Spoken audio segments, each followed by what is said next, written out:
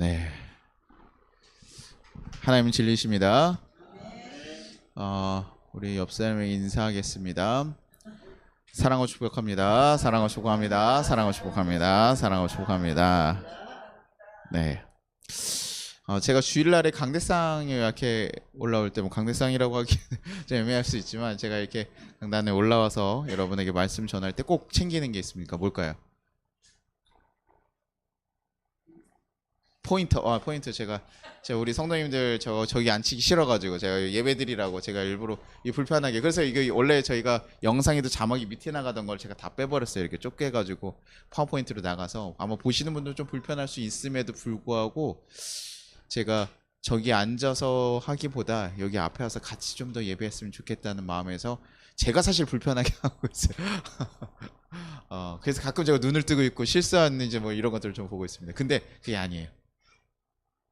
목사가 앞에 나가면 꼭 이렇게 가지고 있어야 됩니다. 제가 네?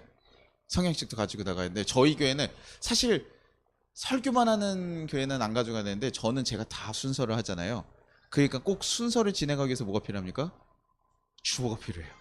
이 주보가 없으면요 이거 맨날 하는 거죠. 목사님 어떻게 매주 하고 지금 몇 년을 하는데도 목사님 그 주보 없으면 안 됩니까? 없으면 안 돼요.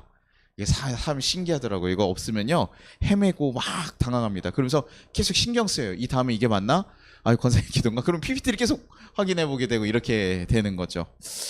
무언가 잊어버린다는 것도 굉장히 당황스러운데 그것이 내가 할 일과 관련돼 있거나 내가 꼭 기억해야 되는 것이라면 굉장히 큰 문제가 됩니다. 회사에서 어제 파견을 했어요. 그랬는데 그 파견당한 곳에서 자기가 해야 될 목적을 잃어버렸어. 자기 할 업무를 잊어버리면 어떻겠습니까? 결국 회사의 목적과 회사의 뜻과 맞지 않는 엉뚱한 일들을 하고 올 수 있는 거죠. 내가 해야 될 걸 잃어버리면 그렇게 된다는 거예요. 오늘 에스겔에서도 사실 이 문제를 좀 다루고 있습니다. 에스겔 22장 12절에 같이 한번 읽겠습니다. 시작. 내 가운데 피를 흘리려고 뇌물을 받는 자도 있었으며 내가 변동과 이자를 받았으며 이익을 탐하여 이웃을 속여 빼앗았으므로 나를 잊어버렸도다. 주 여호와의 말씀이리라. 여기서 얘기하는 겁니까? 이스라엘이요 하나님을 잊었어요.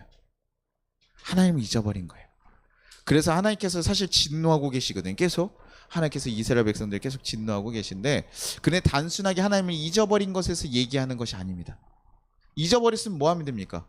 기억나게 하면 되는 거예요. 다시 기억하고 다시 살아가면 되는 거죠. 우리도 좀 잊어버릴 수 있잖아요. 가끔 뭐를 잊어버리면 다시 기억하고 살아가면 됩니다. 스케줄을 보면 되고 하는데 문제는 뭡니까? 하나님을 잃어버린 자의 모습이라는 거예요. 사람들이 하나님을 잊어버리기 시작하자 그 다음부터 무슨 그 지역에 문제가 생기기 시작합니까? 사람들이 힘의 논리로 살아가기 시작해요. 하나님의 명령이 있어서 하나님께 주신 율법을 따라가는 것이 아니라 자신들의 욕구를 쫓아가면서 살아가다 보니까요. 뭐예요? 많이 가지는 게 좋습니까? 싫습니까? 많이 갖는 게 좋으니까 사람들은 뭐예요? 힘 있는 자들이 뺏기 시작하는 거예요. 근데 예전에는요. 무고하게 뺐으면 벌할 수 있는 법이 있었는데 이제는요. 그것이 사라지는 거예요. 그러니 많은 이들을 폭력으로 다스리고 많은 이들이 피를 흘리고 정의가 사라지니까 불법한 방법으로 다 사람들을 다스리고 사람들은 뭐예요? 탐욕을 쫓아가게 되고 그러니 힘이 없는 자들은 어떻습니까? 맨날 착취당하는 모습들이 있는 거죠. 그들은 슬피 울면서 그 땅이 정말 아수라장같이 바뀌어가는 거예요.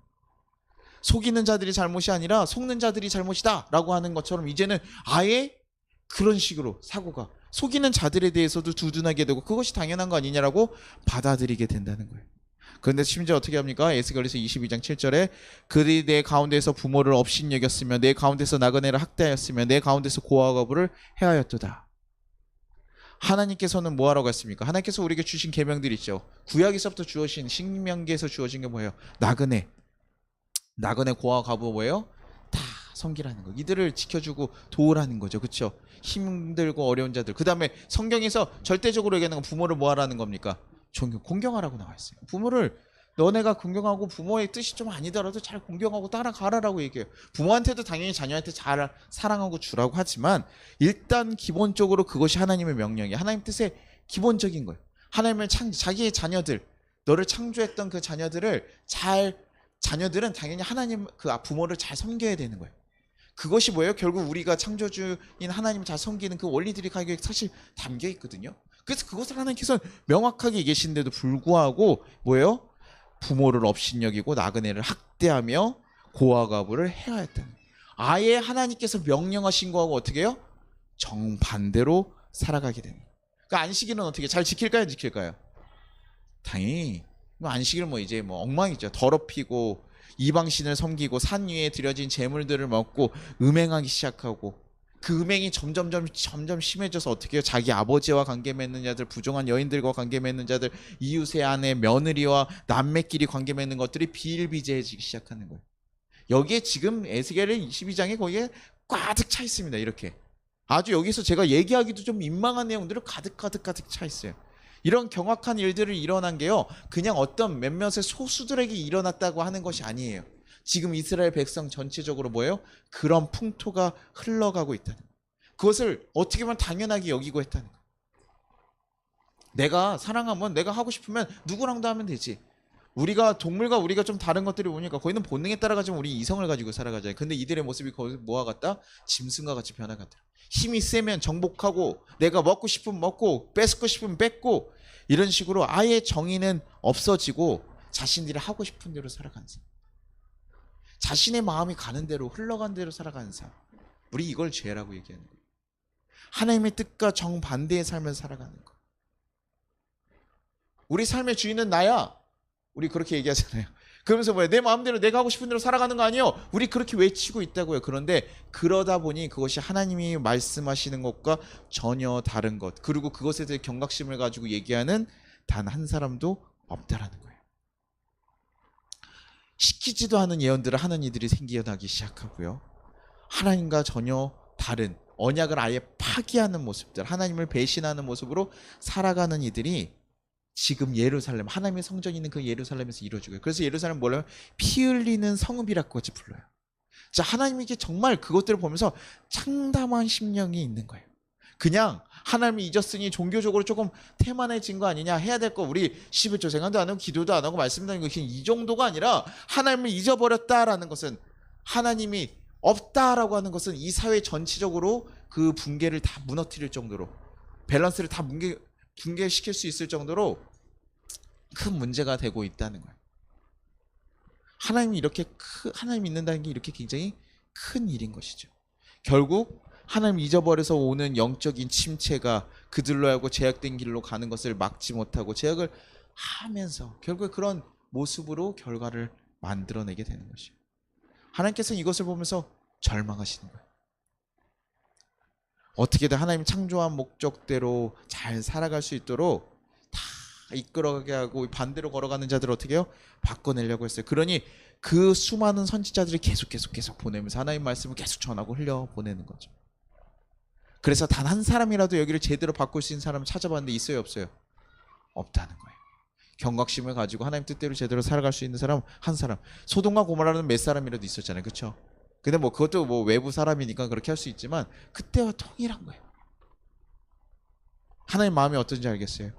이스라엘을 보면서 소돔과 고모라를 발 때처럼 그렇게 정말 그 울부짖음을 들었던 것처럼 지금 이스라엘을 보면서, 그것도 하나님의 성전인 예루살렘에서 그렇게 지금 보여지고 있는, 그걸 보면서 하나님께서 지금 참담한 마음이 있다는, 에스겔서 22장 30절에 이 땅을 위하여 성을 쌓으며 성 무너진 데를 막아서서 나로 하여금 멸하지 못하게 할 사람을 내가 그 가운데서 찾다가 찾지 못하였으므로, 찾아보고 찾아봤는데 찾지 못했다. 하나님 마음을 알고 하나님의 흡족하게 하나님의 일을 조금이라도 무너지는 걸 어떻게든 가서 막으려고 하는 사람이 단 한 사람도 찾지 못했다는 거예요. 하나님의 마음을 가지고 이 땅을 위해서, 이 나라를 위해서 중보할 수 있는 그 사람이 한 사람도 없었다는 거예요. 그러니 하나님께서 절망하신 거예요. 하나님께서 많은 사람으로 일하시지 않거든요. 하나님께서 굉장히 소수의 인원들로 사실 일하셨잖아요, 그렇죠? 그런데도 그 한 사람도 없으니 그 답이 없는 상황에 정말 막연한 거죠. 저희도 그러잖아요. 어떤 해결점이 없는 상황들이, 여러분 그런 상황들 가끔 마주칠 때 있잖아요, 인생에서. 그렇죠? 그 막막함, 너무나 답답한, 어떻게 되지? 근데 하나님께서요, 이 문제를 해결 못 하신다기보다는요, 거룩함을 잃어가는 그 하나님의 백성들에게 의롭게 분노하고 계시는 거예요. 너무 속이 상해. 거룩함을 잃어가는 것이 너무나 안타깝고 그거에 대해서 속이 상하고 계시네요. 요즘 사회에서도 그러잖아요. 전세 사기 같은 거 치였는데 뭐 누가 책임질 사람이 있습니까 없습니까? 없어요. 요즘 우리나라 정말 이상하거든요. 나쁜 놈들은 자꾸 나오는데요. 그걸 해결하고 책임지는 사람들이 없어요. 잘못된 법들 막 하는데 책임질 사람이 없어요. 체코 원전 저거 막 좀 들으면서 너무 속이 상하고 정말 뭐 이상한 사기 쳐가지고 몇백억씩 하면 그 사람들 더 큰 죄로 한 몇백 년 이렇게 감옥에 넣어놔야 되는데 너무 많은 사람에게 피해를 주고 뭐 보이시핑 시에서도 법이 왜 이렇게 간단하지? 어떤 사람의 생명을 뺏었는데도 왜 이렇게 간단하게 처벌받지? 이런 마음들이 있어요. 왜 이렇게 책임지는 사람들은 없이 이렇게 살아가는가? 하나님이 잃어버린 시대에 나타나는 모습이 아닐까라는 생각을 합니다. 그리고 제가 더 걱정이 됐던 건 에스겔의 내용을 읽으면서도 그 내용이 정말 속상하고 참 이럴 수 있나라고 싶었지만 그럼에도 불구하고 그 내용들이 생각보다 낯설지 않다는 게 굉장히 걱정이 되는 겁니다. 우리가 뉴스나 유튜브에서 충분히 마주칠 수 있을 만한 일들이 거기서 나오고 있는 거. 하나님께서 진노하시고 분노하고 계시는 이야기들이 우리가 충분히 뉴스나 유튜브에서 나오는 종종 볼 수 있는 뉴스 가운데 나오고 있다라는 거예요. 음란한 걸로는요, 뭐 우리나라도 뭐 말 못하죠. 뭐 스와핑 그룹들이 있어서 아예 클럽이 있어서 그렇게 만난 사람이 주기적으로 있다라고 하고 성매매 뭐 문제하고 마약도 우리나라 이제 요즘에 들어오면서 점점 문제가 성화가고 조폭들은 왜 이렇게 늘어나고 있는지. 대통령도 법을 잘 따르지 않는데 뭐 지금 누가 뭐 전임 대통령들도 잘 안 따르는데 누가 따르겠어요. 그러니까 그냥 이제 조금 다 아나무인해지는 시대. 이제 법이 큰 의미가 없어지는 시대. 외국 같은 경우 총이라도 쏘잖아요. 우리나라도 그러지도 않고 사형도 없고. 제가 뭐 그 사람들이 죽었으면 좋겠다는 건 아닙니다. 그런데 점점점 사회가 병 들어가고 있음에도 이것을 좀 막기가 쉽지가 않은 것 같아 보인다. 남녀 간의 갈등, 세대 간의 갈등 이런 건 뭐 말할 것도 없이 이미 지금 팽배하게 있고 세대 간의 갈등들이 많이 있고 뭐 이렇게 부부들 가운데서도요. 제가 이렇게 봤던 충격적인 건데 50% 이상의 바람의 경험이 있다 뭐 이런 얘기들을 하고 또 뭐 그 조사를 하는데 이런 게 맞나? 근데 이혼율도 보면 또 50% 넘어가는 이게 진짜 사회적으로 쉽지는 않구나. 이게 정말 우리가 예전에 있는 지금 몇천 년 전에 있는 사람들과 우리가 비교했을 때 더 고급 이성을 가지고 있고 더 진보된 사회에 살고 있는 사람들이 맞나 싶은 모습이 드는 거죠. 네, 이런 얘기들 하면 이제 우리 성도님들 중에 분명히 그런 생각을 하실 수 있습니다. 목사님, 저는 살인한 적이 없는데요. 누굴 때려본 적도 없어요. 저는 음란에 빠진 적도 없어요. 그런데 뭐 그런 것들이 뭐 제 책임입니까? 뭐 나라에서 잘못한 거를 뭐 어떻게 합니까? 라고 하면서 그냥 포기해버린 경우도 좀 있다는 거죠. 근데요, 하나님의 그 에스겔에 나오는 하나님의 메시지는요, 이 죄가 크냐 아니냐를 묻는 것이 아니에요. 하나님을 잊었느냐 기억하느냐, 하나님 믿고 살아가느냐 기억하고 살아가느냐를 지금 묻고 있는 거예요. 하나님을 기억해서 하나님의 뜻대로 행하는 자가 단 한 사람도 없다라고 얘기하고 있는 거예요. 기억한 뭐예요? 제대로 걸어가겠죠. 그게 옳은 길이라는 걸 아니까 제대로 걸어가는데 하나님을 다 잊어버리니까 죄에 대해서 무분별하게 행동하면서 나아가는 거예요. 그걸 누구 하나도 지적하지 않고 바꾸지 않는 거예요. 제가 사실 오늘 조금 들었던 얘기 중에 하나 뭐였냐면 감리교에서 투표권이 제 목사들이 있는데 원래 정십이라고 해서 10년 목사라고 10년 후부터 투표권이 있었는데 작년인가 해서 바뀌었어요. 이게 다 정일부터 왜 목사 된 사람들 나이가 젊은 나이가 아니니까 다 바뀌었어요. 근데 오늘 뉴스인가 이렇게 보다가 지나가는데 다시 1년 만에 임시로 그렇게 바꾸고 다시 13부터 정십도 아니라 정13부터 투표권을 주겠다고 한 거예요. 그러니까 저희는 가도요. 저 같은 사람 6년 7년 차 된 사람들 가서요. 이거 발언권도 없어요. 거꾸로 가는 감리교 세상 이런 타이틀의 뉴스를 보면 너무 속이 상하는 거예요. 이게 말이 되나? 이 시대에 역행하고 있는 젊은이들 지금 18세 이상 하면 다 선거권이 있는데 지금 목회자들한테 그러게. 근데 명분은 되게 좋아요. 정의 그 목회 처음 시작한 사람들이 뭘 알겠냐? 이 사람들이 정치에 대해서 관심 갖게 하는 게 하고 싶지 않다. 라고 해서 자기네들 이렇게 이거 얘기만 들으면 명분이 굉장히 좋잖아요. 그렇죠? 제가 그 감리교를 욕하는 게 뭐 제 얼굴에 침 뱉기지만 잘못된 길을 걸어가는 거 이거에 대해서 이거를 막을 수 없는 건가? 이게 말이 되는 건가? 지금 시대에 이게 말이, 왜냐면 제가 봐서는 그 소수의 몇 사람들이 편하게 자기네들의 뜻을 유지하기 위해서 만든 구조가 밑에 있는 부교육자들이랑 젊은 세대가 많으면 불편해, 컨트롤이 돼야 안 돼요. 안 되잖아요. 그렇죠? 그러니까 자기네들 편하게 할 수 있는 인원급이 라인이 제가 봐서는 계산했을 때 정 13이었던 거예요.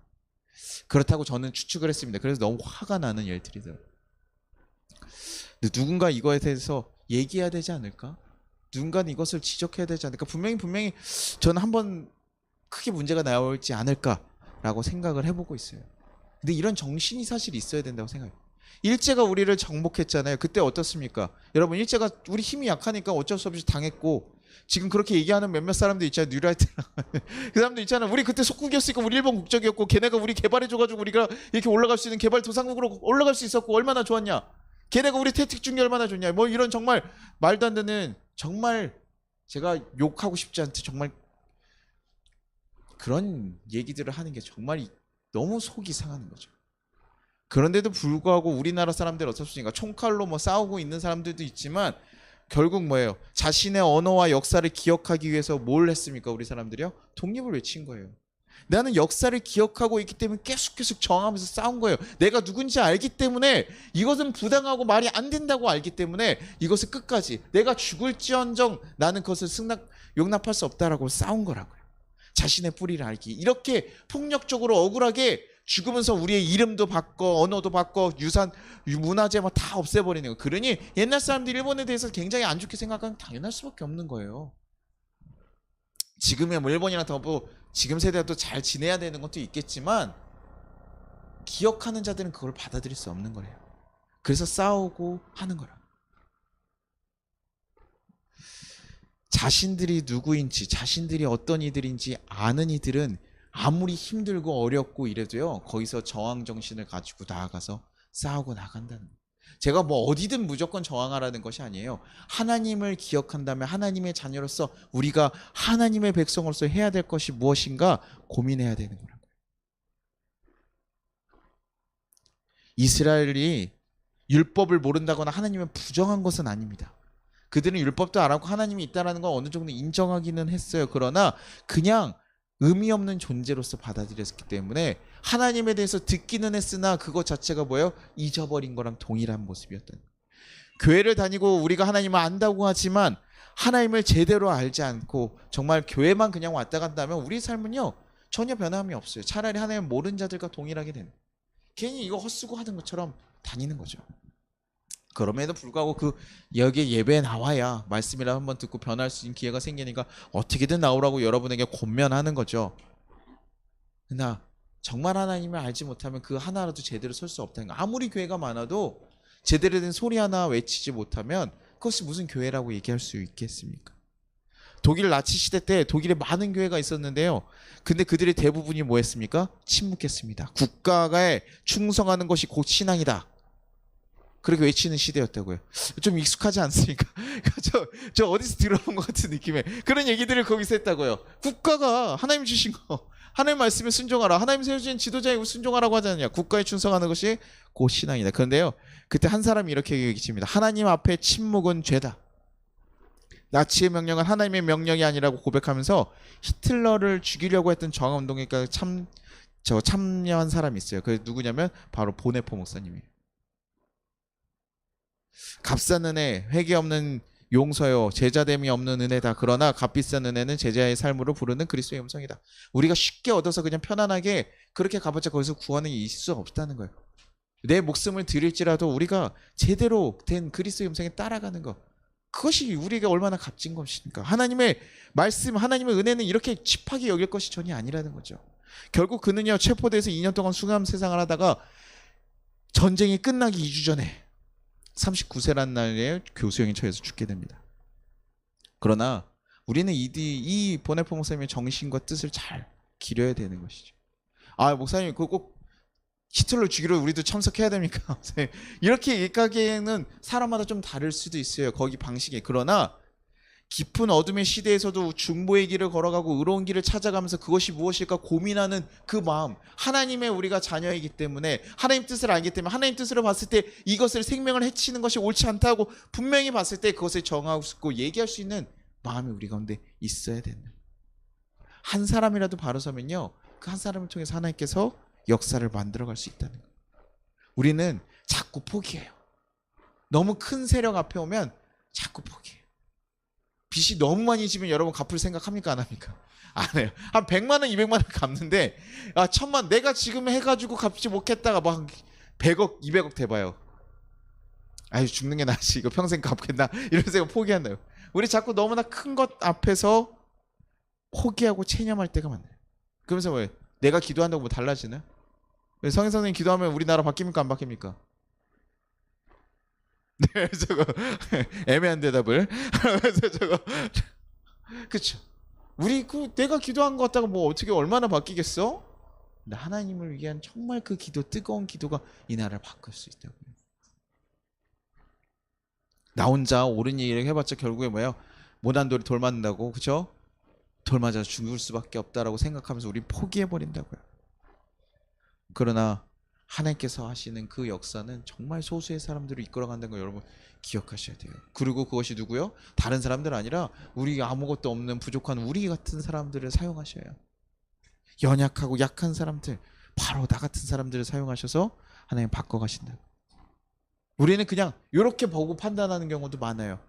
야, 이 사람들 보니까 저 세상이랑 나랑 비교해보니까 어때요? 우리 좀 그래도 괜찮은 것 같아요? 안 괜찮은 것 같아요?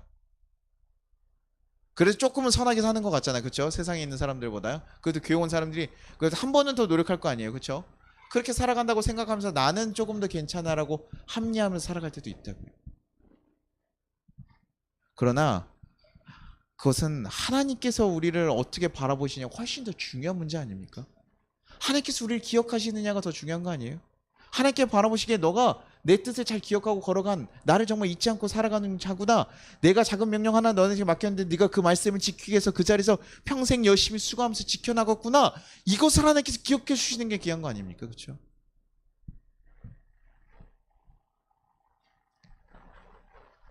그러니 우리는 뭐 남들보다 좀 도덕적으로 살고 내가 교인들보단 그래도 좀 낫지, 이런 그런 우월감으로 살아가면 안 돼요. 정말 하나님께서 원하시는 뜻이 맞는가 아닌가를 고민하고 살아갈 수 있어야 돼요. 그래야지 하나님의 진정한 사람이 될 수 있는 거예요. 하나님 알고 그분과의 관계 가운데서 잘 동행하는 것, 그것이 우리에게 훨씬 더 중요한 일인 것입니다. 저도 이런 설교 준비할 때마다 항상 좀 두려운 마음이 항상 있다고 했잖아요. 바쁘고 힘들면 하나님 생각하지 못하고 살아갈 때가 얼마나 많이 있습니까? 그러다 보면 내 경험과 내 상식을 붙들고 갈 때도 너무나 많아요. 저도 교회를 하면서 제가 아까도 막 어른들이랑 만나면요, 야 그래도 전도에서 옆에 있는 어떤 목사님이 저희가 목사님 임원했더니 6명이 들었어요. 목사님 너무 감사하다고, 우리 임원 감사님 얘기하신 것들은 3명 놓고 기도하러 해서 기도했는데 6명이 늘었다고 너무 좋아하시면서 얘기하시는 거예요. 야, 참 잘됐다. 너무 귀한 일이다. 왜냐면 진짜 열심히 수고하시고 말씀 가르치고 하시거든요. 그러면서 우리도 드러나야 되는데 고민도 하죠. 근데 제가 가지고 있는 생각들과 방식과 이런 것들은 저희가 이런 지금 이렇게 혼자서 독립해서 제가 해보는 것에 도전해 본 적이 없어요. 그러니까 저희한테 사실 좀 맞는 방법들이 아닌 거예요. 그런데도 불구하고 자꾸 제가 뭘 의지하냐면 내 방식과 내가 하는 것들, 이렇게 해야 되지, 이렇게 하나, 그런 것들을 생각하니까 안 되는 것 같더라고요. 결국 우리가 해야 되는 건 뭐냐면 그 모든 것도 사실 다 내려놓고 하나님께 맡기는 거예요. 하나님 뜻을 구하고, 하나님 어떻게 할까요? 어떻게 할까요? 그래서 저는 그렇게 얘기했습니다. 거기를 같이 있는데 저희는요, 이번 추석에 저한테 갑자기 우리 성도님들이 어딜 가재요.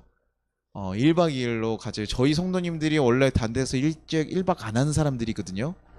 그런 거 되게 어려워해가지고 원래 저희는 3, 4년 동안 수련회를 간 적이 없습니다. 근데 저는 성도님들이요, 어디 가자고 한 것만 해도 너무 감사해요. 그게 추석이긴 한데요, 그래도 가자고 했어요. 그래서 밥 먹자 그런 걸 이렇게 키웠더니 이렇게 점점 해가지고 하러 가자오는데 그걸 다 또 좋다고 얘기하니까 전 그것만 해도 너무 감사하더라고요. 저는 다른 기준을 얘기하거든요. 야, 너 그렇게 안 좋아하면 안 돼. 목사님들 이렇게 얘기하실 수 있는데 아니요, 저희는 지금 그걸로도 너무 감사해요. 그리고 저는 기대합니다. 우리 성도님들이 그렇게 한 번씩 더 회복되고 더 건강해지고 더 바로 서고 더 그 안에 예수님이 있고 이 안에 기쁨이 있으면 우리가 그 안에서 정말 또 그것이 누군가에게 흘러갈 거라 저는 그런 믿음이 있어요. 그래서 지금은 우리 천천히 올라가고 있다. 그래서 결국에 우리가 뭐라고 제가 제 생각으로 우리 교회는 안 되는 교회 이렇게 생각하면 뭐합니까? 이거 하나님의 뜻을 제가 막는 거거든요. 하나님께서 우리 교회에 부흥시키려고 하실까요? 안 하실까요? 부셔요. 우리의 영혼 구하시려고 하셔요? 안 하셔요? 하셔요. 우리의 주의 영혼들 구원하려고 하십니까? 안 합니까? 저희가 마음이 급한 게 아니라 누가 마음이 급한 거예요? 하나님 마음이 급해요. 하나님을 하겠다는 사람 한 사람만 있으면 어떻게 됩니까? 어떻게든 하시려고 해요. 근데 누가 안 한다 그래요? 누가 안 한다 그래요? 나라고 얘기하기는 좀 그렇고 얘기하자니 또 시킬 것 같고 불안합니까? 그래서 내가 안 한다 그래서 그래요. 내가 아까 그러니까 저희가 지나가다가 애기들 저희 아이들 보고 하면 제가 아이스크림 사주고 좀 이렇게 좀 대바라진 아이가 있어서 사실은 같이 가고 싶지 않았어요. 걔랑 야 떨어져서 살아 이렇게 하고 싶은데 아니구나 품어야 되겠구나. 가서 지난번에 아이스크림 사주면서 걔가 아이스크림 땅에 버리길래 자꾸 제가 뭐라고 했거든요. 야 아이스크림 버리지 않았으면 좋겠어. 그 대신 할 수 있겠니? 그럼 내가 사줄 거야 이랬더니 먹겠대요. 그러고 나서 지나가다가 원래 핸드폰만 바라보고 가던 놈이 제가 지나가면 인사를 해주더라고요. 우리가 하나님의 마음을 가져서 사실 이런 변화들이 생기고 일들이 일어날 수 있어요. 하나님의 뜻을 아는 사람들은 그 자리에서 하나님의 뜻이 무엇인가 어떻게 이루어갈까를 고민하고 이끌어간다고요. 내 생각과 내 뜻이 먼저 가는 것이 아니라 하나님 마음으로 어떻게 우리 바라보고 어떤 길을 걸어가야 될까 하나님께서 알려주셔요. 그러면서 그것이 뭡니까? 우리에게 기회를 주시는 거예요. 예수 그리스도는 대신 서 있어야 될 한 사람으로서요. 사실 예수님께서 우리를 대신해서 서 있었기 때문에 그 기회가 주어졌기 때문에 우리가 지금 복음을 받으려고 이렇게 서 있는 것이고 이제는 우리에게 뭐예요? 그 기회를 주시면서 걸어가게 한다. 세상이 악독해져 간다고 정말 점점 더 피폐해져 간다고 우리가 세상을 보면서 야 저들과 우린 달라. 야 저들 점점 어려워지는 거 내가 기도해봤자 안 돼. 나라도 제대로 살아야겠다. 이렇게 살아가는 것이 아니라 어려우면 어려울수록 뭐예요? 그들에게 다가가야 되는 것이 누굽니까? 그리스도인들이에요. 안타까운 사람들이 더 늘어나니 그들에게 나아가야 돼요. 세상에 방황하는 이들이 있으면 더 끌고 와서 사실 이 자리에 채워야 돼요. 그래서 이 자리는요 엉망진창이어야 돼. 사실은요 죄인들로 가득 찼어요. 우리만 좋고 좋은 터전을 만드는 것이 아니라 와서 울고 떠들고 돌아다니고 시끄럽고 사실 그렇게 있어서 죄된 모습들을 막 그러면서 여기서 한 걸음 한 걸음 예수님의 피와 살로 우리가 한 걸음 한 걸음 바뀌어가는 역사들을 걸어가는 것 그것이 교회. 예수님 붙잡고 가는 그 한 사람 통해 사실 바뀔 수 있습니다. 우리 주위 여러분 바꿀 수 있습니까? 없습니까? 우리를 통해서 바뀌어가야 되는 거예요. 우리를 통해서 품고 가는 거예요. 근데 그들에게 나갔을 때 뭐예요? 더러운 이들에게 나갔는데 어떻게 내가 깨끗할 수 있겠습니까? 더러운 이들에게 나가면요 더럽게 묻고 가는 거예요. 그래서 바울 사도가 유대인에게 이스라엘 이방인들이 그래서 이방인들에 가면 내가 술을 먹으려고 하는 건 아니지만 그들과 정말 맞춰서 그들의 모습으로 다가가잖아요. 그렇죠? 우리는 가끔 하나님의 뜻만 생각합니다. 하나님만 바라보고 걸어갑니다. 이렇게 얘기하면서 고고하게 갖고 가려고 해요. 자꾸 나는 이게 맞아 이게 정답이 이렇게 하는 게 아니라 사랑으로 품고 안아주고 가는 거예요. 그들에게 가는 거예요. 이 시대에 우리는 더 결단하고 나아가야 됩니다. 주님, 제가 하나님의 사람이 되겠습니다. 하나님을 잊지 않고 말씀을 중심에 두고 살아가겠습니다. 정의가 무너진 이 시대 속에서 기도의 사람, 정의의 사람, 사랑의 사람으로 살겠습니다. 이렇게 고백하는 이 고백을 하나님이 찾으시는 한 사람들이 할 수 있는 거예요. 여러분들이 그 고백들을 할 수 있는 자들이 되기를 간절히 바랍니다. 하나님이 잊혀져가는 이 시대 가운데 하나님을 기억함으로 하나님의 나라를 만들어갈 수 있는 귀한 성도님들 되시기를 간절히 소망합니다. 네, 찬양하겠습니다. 찬양하고 기도하도록 하겠습니다. 그래서 오늘 여러분들 기도하실 때 여러분이 품어야 될 일들도 좀 생각해 보십시오. 여러분들이 정말 하나님의 복음이 필요한 이들을 좀 떠올려 보시고 그들 위해서도 같이 좀 놓고 기도하실 수 있는 시간들이 되기를 간절히 바랍니다. 우리 같이 찬양하겠습니다.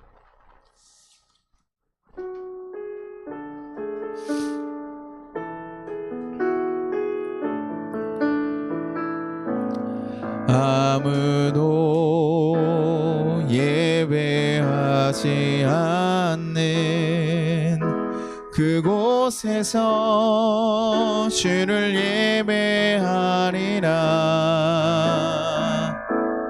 아무도 찬양하지 않는 그곳에서 나 주를 찬양하리라.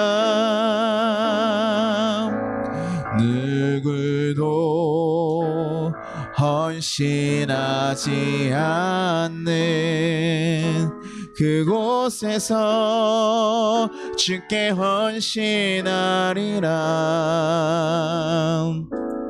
누구도 증거하지 않는 그곳에서 나 주를 증거하리라. 내가 밟는 모든 땅, 내가 밟는 모든 땅에 주를 예배하게 하소서. 주의 보혈로 덮어지게 하소서.